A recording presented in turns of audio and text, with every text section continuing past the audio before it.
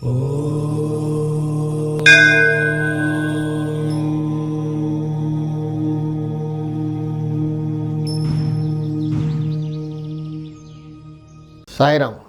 నేను మీ విశ్వకర్మ వాస్తు యూట్యూబ్ ఛానల్కి స్వాగతం. కొంతమంది కామెంట్స్లో ఏం పెడుతున్నారంటే, శ్మశానం దగ్గర ఇల్లు కట్టుకోవచ్చా గురువుగారు?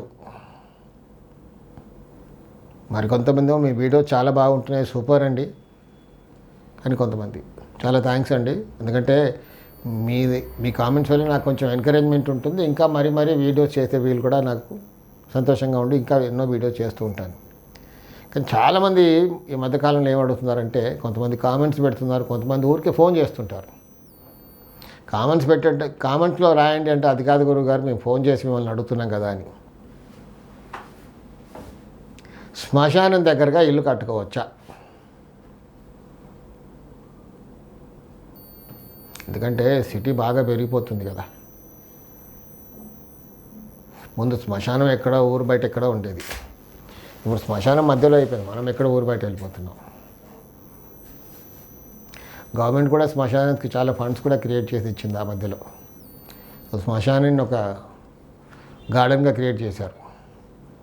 అసలు శ్మశానంగా అనిపించదు అక్కడ. ఇప్పుడు ఒక రిసార్ట్ లాగా తయారు చేస్తారు అక్కడ. You can go and relax, అంత బాగా చేశారు. కానీ డెడ్ బాడీస్ అక్కడ కాలుతూ ఉంటాయి, పొడుస్తూ ఉంటారు, కాబట్టి ఆ ఎఫెక్ట్ అనేది ఉంటుంది తప్పకుండా. కాకపోతే అవి మధ్యలో వచ్చేసాయి సిటీకి. ఇప్పుడు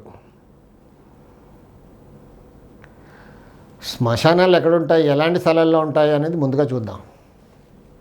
అంటే నాకున్న ఈ 40 సంవత్సరాల అనుభవంలో నేను గమనించింది ఏంటంటే, దక్షిణం బాగా ఫ్లోర్ లెవెల్, అంటే ఆ భూమి లెవెల్ దక్షిణం దిగిపోయి, లేకపోతే పశ్చిమం అలా స్లోప్గా దిగిపోయిన స్థలాల్లోనే శ్మశానాలు ఉంటాయి.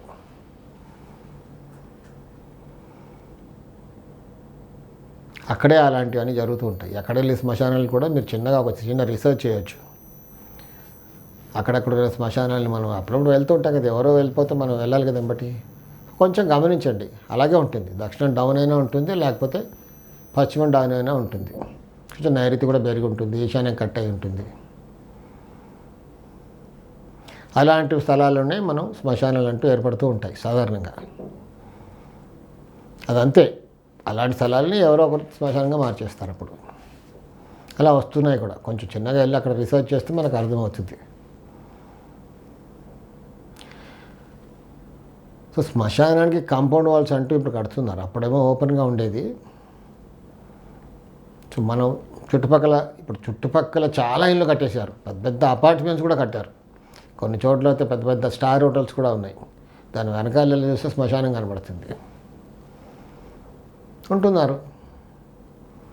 కానీ మన స్థలానికి దక్షిణం డౌన్ లేకుండా చూసుకోవాలి, లేదా పశ్చిమం కూడా డౌన్ లేకుండా చూసుకుంటే బాగుంటుంది. అంతేగాని శ్మశానాల దగ్గర కట్టుకుంటే ఏమవుతుంది, కొంచెం పొల్యూషన్ ప్రాబ్లం ఉంటుంది. ఆ స్మోక్ వల్ల సైకలాజికల్ ప్రాబ్లం కూడా ఉంటుంది. కొన్ని ఆత్మలు ఎక్కడైనా తిరుగుతూ ఉంటాయి. ప్రేతాత్మలుగా మారిపోయిన వాళ్ళు తిరుగుతూ ఉంటారు. ఆత్మ, ప్రేతాత్మ, పరమాత్మ, ఈ 3 ఆత్మలే కదా. ఆత్మకి శరీరం అంటూ లేదు. శరీరం ఉంటేనే మనిషి, శరీరం లేకపోతే ఆత్మలో కొంచెం ప్రేతాత్మలు కూడా ఉంటాయి, తిరుగుతూ ఉంటాయి. కానీ అవి అందరినీ ఎప్పుడు బాధ పెట్టవు. మన గ్రహ దోషం ఏమైనా ఉండి, మన గ్రహాలు కొంచెం ఎప్పుడైనా వీక్ ఉంటే మనని పట్టుకుంటాయి, కొంచెం ఇబ్బంది పెడతాయి. లేదు, కొంతమంది ఇప్పుడు ఈ రోజుల్లో నైట్ లైఫ్ ఎక్కువైపోయింది. ఈ మధ్య ఎక్కడో చూశాను, మన తెలంగాణ గవర్నమెంట్ కూడా నైట్ 1 o'clock వరకు షాప్స్ ఓపెన్ పర్మిషన్ ఇచ్చేస్తాయి, except bars and restaurants. Alcohol ఎక్కడ సర్వ్ చేస్తారో అక్కడ మాత్రం తొందరగా క్లోజ్ చేస్తారు. మిగతా 1 o'clock వరకు ఓపెన్ పెట్టుకోవచ్చు, మిడ్ నైట్. ఇక్కడే గొడవ అంతా కూడా. అంటే ఇప్పుడు చెప్తే ఎవరైనా చాదస్తాం అనుకుంటారు, కానీ ఇట్ ఈజ్ సైన్స్. అది కూడా ఒక పాత శాస్త్రం, ఏన్షియంట్ సైన్స్. మన పెద్దవాళ్ళు చెప్పారు, రాత్రి తిరగకూడదు, అమావాస్య పౌర్ణమి రోజుల్లో ఎక్కువ రాత్రి తిరగకూడదు, పీరియడ్స్లో ఉన్నప్పుడు లేడీస్ ఎక్కువ తిరగకూడదు, కన్సీవ్ అయి ప్రెగ్నెన్సీ ఉన్న లేడీస్ ఎక్కువ రాత్రిలో తిరగకూడదు. కానీ ఇప్పుడు ఎవరు కేర్ చేస్తున్నారు? దానివల్ల ఇబ్బంది పడుతున్నారు, కానీ దానివల్ల అని తెలియదు వాళ్ళకి. అస్తమానం హాస్పిటల్స్ డాక్టర్ దగ్గర తిరుగుతూ ఉంటారు. ఎన్ని రిపోర్ట్స్ ఏం డయాగ్నోస్ చేసినా ఏమీ లేదు, అంత బాగుంది అనే వస్తుంది రిపోర్టు, కానీ మాత్రం బాధపడుతూ ఉంటారు.